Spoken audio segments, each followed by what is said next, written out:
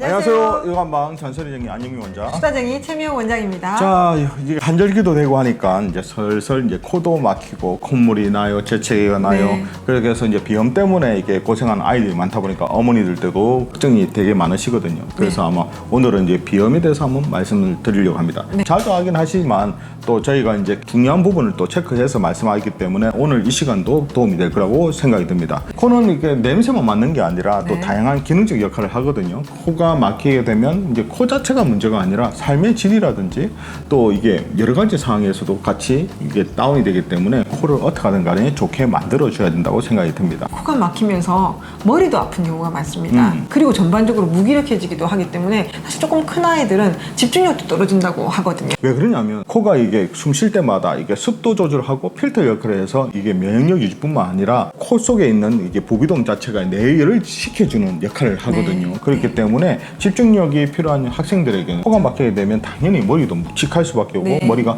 아플 수밖에 없습니다. 그러니까 아무래도 집중력도 떨어질 수밖에 없겠죠. 공부를 많이 해야 되는 이게 청소년기 때 아무래도 비염이 자꾸 심하다 그러면 이 부분을 어떻게 하든 해줘야지 아이가 공부할 때도 집중력이라든지 또 체력이라든지 그 부분도 좀 도움이 될 거라고 생각이 듭니다. 특히 이제 저희가 이제 코가 막히게 되면 첫 번째 같은 경우는 이제 코가 막히게 되면 숙면을 못 한단 말이에요. 네, 애기가 밤만 되면 코가 막힌다고 하는 아이들이 있거든요. 그럼 잠잘 때 입을 벌리고 잔다든지 코가 막혀서 답답해서 중간에 깨는 경우도 있거든요. 이제 그렇게 되면 결국은 면역력이 떨어질 수밖에 없기 때문에 잔명체레도 심해지게 되고 또 그거에 이제 자꾸 이제 누적이 되게 되면 특히 이제 성장으로 또 문제가 숙면이 안 되니까. 그렇죠. 키에도 이제 문제가 생겨야 됩니다. 밤에 못 자니까 낮에도 좀 짜증이 나고 기력이 떨어지는 이런 결과가 있습니다. 또 아기 때부터 또 입으로 이렇게 숨을 쉬기 때문에 치아의 부종경화 같은 경우도 그렇죠. 이게 틀어진다고 하거든요. 치과 선생님이 코 때문에 입을 벌리고 이것 때문에 부정교합이 일어나서 이것도 굉장히 나중에 성인이 될 때 안 좋은 영향을. 아이도 어린 아이들 같은 경우는 뼈가 또 완성되지 않았기 때문에 이게 안면 변형이 이렇게 쉽게 일어나기도 하기 때문에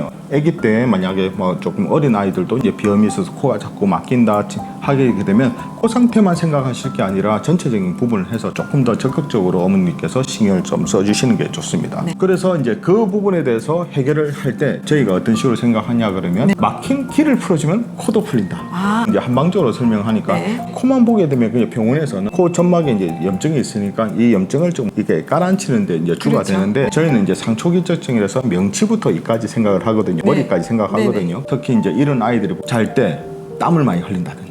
잠만 들기 시작하면 머리 쪽에 땀이 많아 뭐 베개 흥건히 보인다 뭐 이런 애들이 상처. 그리고 이제 머리 이렇게 만져보면 뜨끈뜨끈하다든지. 그래서 이런 경우는 저희가 이제 상체 쪽으로에 이렇게 기가 이렇게 뭉쳤다고 해서 이제 상초 기저증이라고 생각하거든요. 그래서 이 부분 자체가 해결이 되게 되면 코 상태도 같이 좋아진다. 그래서 이 땀을 줄여주게 되면요 아무래도 감기에 덜 걸리게 되는데요. 그 감기의 시작 자체가 콧물이거든요. 아침에 훌쩍훌쩍 코가 나기 시작한다면 이제 감기 초기가 되는 거예요. 그래서 땀을 식혀주고 상초 기저증을 풀어주게 되면 코도 뚫리고 전반적인 감기 면역도 올라간다. 저희도 어떻게 하든 아예 뿌리를 뽑고 싶어서 뭐 아이를 치료할 때 이제 비염이라 그러면 뭐 3개월, 5개월, 6개월 일단 좋아질 때까지 계속 그걸 했거든요. 근데 이제 요즘 같은 경우는 호흡기 약한 호흡기를 점점 좋아지게 만들면 되거든요. 작년보다 지금 나오면 되고 지금보다 내년 나오면 됩니다. 아이가 커가면서 코 상태가 점점 좋아지면서 또 한절기가 됐을 때 이번에는 코가 그렇게 막히는 것 같지 않고 뭐 재채기 콧물도 괜찮고 괜찮네 이런 식으로 해서 자꾸 한 살 한 살 먹어가면서 좋아지면 됩니다. 아까 말씀드린 것처럼 머리 쪽에 열이 뭉치는 부분을 해결해 주면 되기 때문에 평상시에도 먹거리 관리 항상 저희가 말씀드리지 않습니까? 열이 뭉치는 음식을 먹지 말자. 대표적인 게 한 번 더 말씀해 주시죠. 군것질이겠죠. 단맛 나는 음식들, 단맛. 위산이 과하게 분비되는 것들 먹이지 마세요. 단맛, 군것질, 밀가루 음식 항상 강조하는. 네, 맞습니다. 아무래도 뭐 또 비중격적인 문제가 구조적인 문제가 있을 수도 있거든요. 그때는 이제 그 부분을 좀 따로 좀 치료하는 부분도 좀 필요하긴 하지만 머리 쪽에 뜨거서 상체 쪽으로 이렇게 열이 뭉치는 아이들 같은 경우에 일단 막힌 길을 탁 풀어주게 되면 코도 저주로 풀어지게 되고 그렇게 되면 부수적으로 머리가 맑아져서 공부를 잘한다. 집중 그건 뭐 자기 알아서 해야 되지 않을까? 코가 뚫린 데서 공부를 잘한다 그러면 그러기를 바랍니다. 저희 아들도 항상 코 뚫려 놓으면 제가 알아서 공부를 잘하길 바라는데 모르죠 그거는. 공부까지는 아니더라도 집중력은 좋아지게. 그래도 일단 조건을 만들어놔야 되지 않습니까? 자꾸 이제 애들 진짜 공부할 때 보면 코가 자꾸 막히게 되면 애들 짜증이 많이 나거든요.